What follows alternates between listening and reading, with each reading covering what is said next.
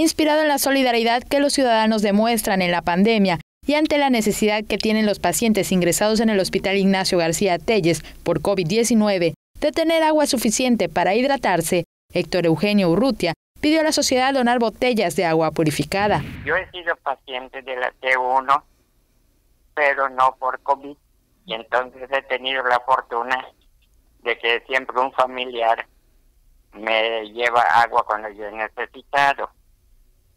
Pero las personas que tienen COVID y están en aislamiento total no tienen esa posibilidad. Y me enteré de que los médicos y las enfermeras de su bolsa en múltiples ocasiones tienen que sacar para darles un poco de agua. Aunque el hospital proporciona agua para la ingesta de medicamentos, el familiar debe llevar para el consumo diario. Sin embargo, no todos tienen los recursos suficientes y el acceso está restringido. Además, con el calor y el riesgo de deshidratación que tienen los pacientes, es importante consumir suficiente agua. Okay. ¿Botellitas de agua de qué tamaño?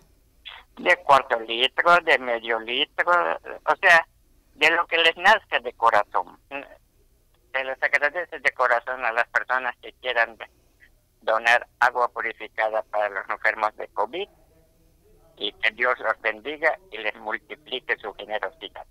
Las botellitas de agua se pueden llevar al domicilio ubicado en la calle 77, número 560F por 76 y 78 de San Sebastián, con Ruth Urrutia, y en Valladolid, en la calle 61 sin número por 38 y 40 de San Juan, Casa Amarilla con rejas corredizas, y también puede comunicarse al teléfono 9995 12 31 73.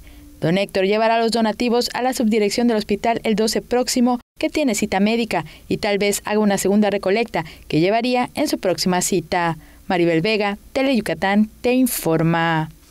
Teleyucatán te informa.